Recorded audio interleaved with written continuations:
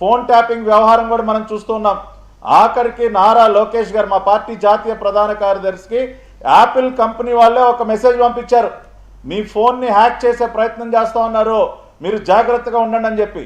పెద్ద ఎత్తున ఫోన్ ట్యాపింగులకి పాల్పడటం, ఒక ప్రైవేట్ సైన్యాన్ని తయారు చేసి ఇవాళ ప్రతిపక్ష పార్టీ నాయకులపైన దాడులు చేయించడం, పూర్తిగా జగన్మోహన్ రెడ్డికి సరెండర్ అయిపోయి ఇవాళ తాడేపల్లి కొంపకి ఊడిగం చేస్తున్నటువంటి వ్యక్తి. మొన్న గులకరాయి స్క్రిప్ట్లో కూడా ప్రధాన పాత్రధారి పిఎస్ఆర్ ఆంజనేయులు. గులకరాయి డ్రామాకి నిర్మాత జగన్మోహన్ రెడ్డి అయితే దర్శకుడు పిఎస్ఆర్ ఆంజనేయులు. ఆ రోజున విజయవాడ నగరంలో కరెంటు తీసేయటం దగ్గర నుంచి గులకరాయి డ్రామా స్క్రిప్ట్ మొత్తం నడిపింది వెనకుండి సీతారామాంజనేయులు. ఇవాళ కాంతిరాణా టాటాని ముందు పెట్టి వెనక నుండి పిఎస్ఆర్ ఆంజనేయులు ఆడినటువంటి డ్రామా ఇది. కాబట్టి అంతేకాకుండా వడ్డెర కాలనీ పైకి పోలీసుల్ని ఉసిగొలిపి అక్కడ ఉన్నటువంటి బలహీన వర్గాలకు చెందినటువంటి బిడ్డల్ని ఈడ్చుకువచ్చేలా చేసింది సీతారామాంజనేయులు. కాబట్టి ఇట్లా చెప్పుకుంటూ పోతే చాలా ఉన్నాయి. ఇవాళ ఆఖరికి ఎన్నికల కమిషన్ మేము ఏ అధికారినైనా బదిలీ చేయమని కోరామంటే దానికి బలమైనటువంటి కారణాలు ఉన్నాయి వీకే గారు. ఈ కారణాలన్నీ మేము ఎన్నికల కమిషన్ దృష్టికి తీసుకెళ్ళాం. వాళ్ళు కూడా ఇవన్నీ పరిశీలించారు. ప్రధానమంత్రి గారు సభకే దిక్కులేనప్పుడు ఈ రాష్ట్రంలో ఇంకా కూడా 2-3 సభలు ఇవాళ ఈ రాష్ట్రంలో ప్రధానమంత్రి గారు ఇవాళ సభలో ఏర్పాటు చేయడానికి ప్రయత్నాలు జరుగుతున్నాయి.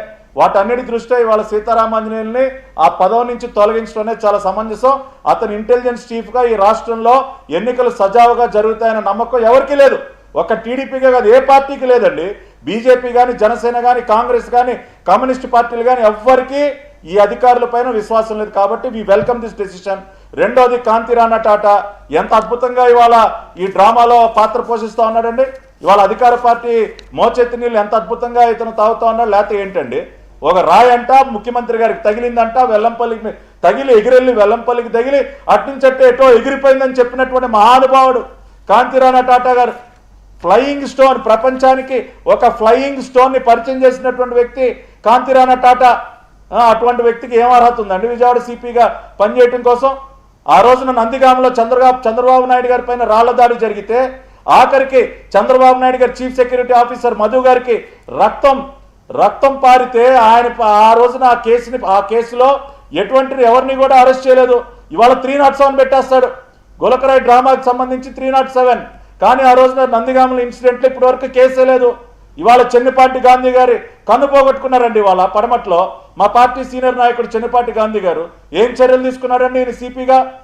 ఇవాళ నా పైన అన్నిసార్లు దాడులు జరుగుతూ ఉంటే ఏం చర్యలు తీసుకున్నాడు ఈయన సిపిగా? ఇవాళ విజయవాడ పార్లమెంట్ పరిధిలో మొత్తం ఇవాళ వైసీపీ నాయకులందరికీ కూడా ఇవాళ ఊడిగం చేస్తూ ఉన్నాడు ఈ సిపి. వాళ్ళు ఏది చెప్తే అది చేయటం. కాబట్టి ఇవాళ ఆంజనేయులు గారి పైన కానీ, కాంతిరాణా గారి పైన కానీ వేటు పడిందంటే అది సమంజసం. దాన్ని మేము వెల్కమ్ చేస్తా ఉన్నాం. చూద్దాం ఇంకెవరి మీద